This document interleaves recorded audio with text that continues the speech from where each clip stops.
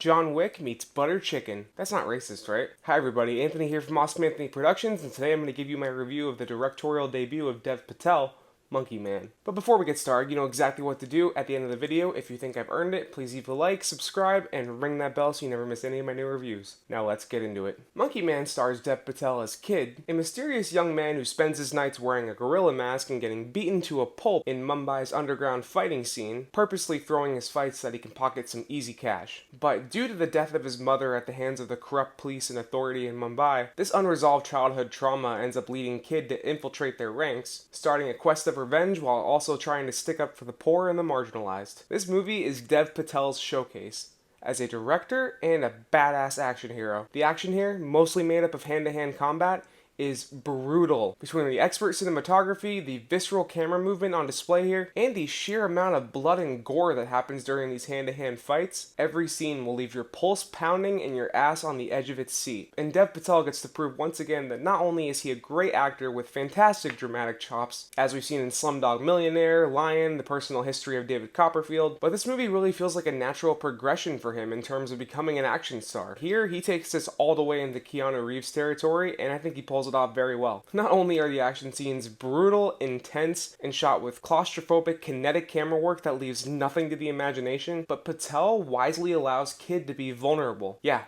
John McClane style. I never want to see a perfect action hero just punch and stab and shoot his way through a bunch of goons. That just feels boring. I love to be reminded that our action hero is a human, that he can get his ass beat, get the wind knocked out of him, and he can bleed. And trust me, there is enough of that here for you to fully root for this character. He also gets to show some emotion too, but nowhere near as much as he's done in other dramas. But this movie isn't really about that. That's not to say the film is devoid of heart though. There are several flashbacks here featuring a young kid with his mother. When I was a boy, they took everything from me. And where those scenes ended up leading left me in tears. I know with all the praise I'm heaping onto this movie, it sounds like I really loved it. But I do have a few complaints. There's a lot of on-screen symbolism in this movie that compares the character of Kid to the Hindu monkey god Hanuman, and maybe this is just a me problem, but this didn't really add much to the movie for me. I'm sure Indian audience members will appreciate this, but outside of one flashback, it's not super relevant throughout the film, and every time it popped up, it kind of confused me a little bit. But this is only one small part of the movie that didn't really take much away from the experience and Kid's story of revenge. But my next complaint did. After the first half that had my eyes glued to the screen, there's a bit of a lull after the halfway point where things really start to crawl and the momentum is just killed. This is also where the more political aspects of the movie come in, and though these weren't bad per se, they did kind of dilute Kid's story and his quest for vengeance. These have to do with the corrupt officials in Mumbai and how they needlessly persecute the marginalized and transgender people there, leading Kid to, on his way to revenge, start a revolution for them. Now my complaint is not the fact that this is in the movie. I think that's totally fine,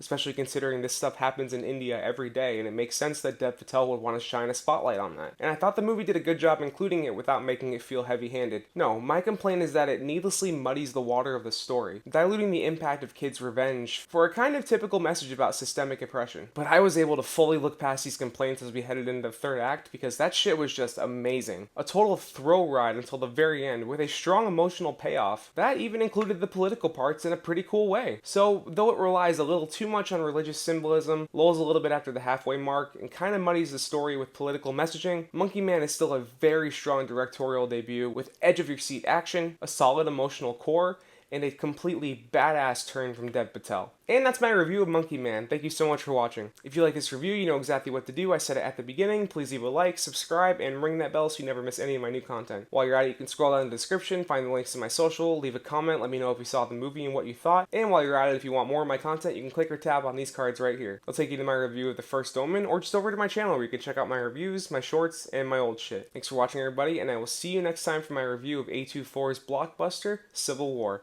which also happens to be my 100th review. See ya.